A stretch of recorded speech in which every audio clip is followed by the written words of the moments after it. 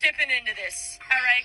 I want to know if y'all are lying pieces of shit. We have crumble cookies. All right, crumble cookies trending with the most mixed reviews on the planet today, and you got me. I went out to buy them, and we're going to try them here. Because there's so many large creators like Chris and Be Better who can't stand crumble, but then they have this huge cult following of people who are obsessed with them. Even like Benny Drama 7 released a podcast this week riding for girls eating crumble cookies. And I've never personally had them, but I have always been curious, so let's do it. As you can see, today we only got 3 because the other 3 on the menu just didn't look that great. And I discovered that you can get them in mini sizes, which we're balling on a budget here. The other cookie options also were literally a chocolate chip cookie, which how bad can you mess that up? And then cookies and cream cheesecake and this other like fudge. And in person, they really already looked stale. They didn't look very good. But as you can see, we got like a berry one, a strawberry cheesecake, and then a cinnamon one here.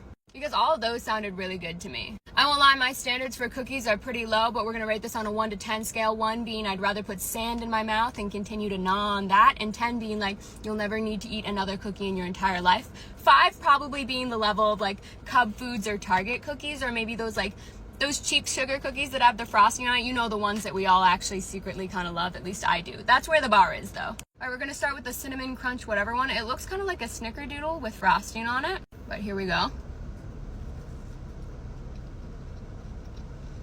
You know what? I like it. I personally love a good snickerdoodle cookie or sugar cookie, and they're really hard to make them like not stale, and this is actually very moist, and I think that the frosting on top might be like a sour cream or something that really adds like an extra flavor to it. I'm gonna give this like an 8 out of 10. It's a pretty strong start, honestly. I'm sorry, I gotta stop. Next up, we have the berry one. I think that it's gonna be hard to eat, and already I don't love that. Do I get like a berry in the bite or somehow, or I might have to eat the berry separately? I don't know. Let's try it. It doesn't really have much flavor. I mean, it is at least squishy, so it's a step up from like the Cub Foods stale ones, but I don't think I'd be going out of my way to pay extra money for this. So maybe 6 out of 10, because it's better than the ones you can get at Cub Foods that have been sitting on the table for a day or two, but that's where the bar for 5 is. Last but not least, we have the strawberry cheesecake one. I am most excited about this one. You know what?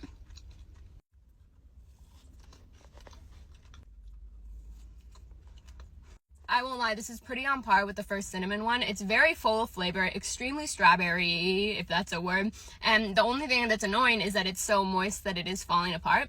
But I'm going to give this one also an 8, 8.5 out of 10. I think my takeaway here today is that crumble cookie flavors are extremely hit or miss. And for like $7-8, you know, for 3 of those that are kind of like a cute treat, it's not too bad if you really like them. But I do think you have to nail a really good flavor, and I do think that avoiding those chocolate ones that looked kind of stale was the right choice. So it's kind of up to your own judgment call there, and I could see it being very disappointing if you get the wrong ones. But given that I went in with expectations extremely low from all the bad reviews, I was pleasantly surprised, honestly. Overall, I'm giving Crumble Cookie a 6 out of 10 because, like, you shouldn't have to really pick a good one to know, but once you get a really good one, it does hit.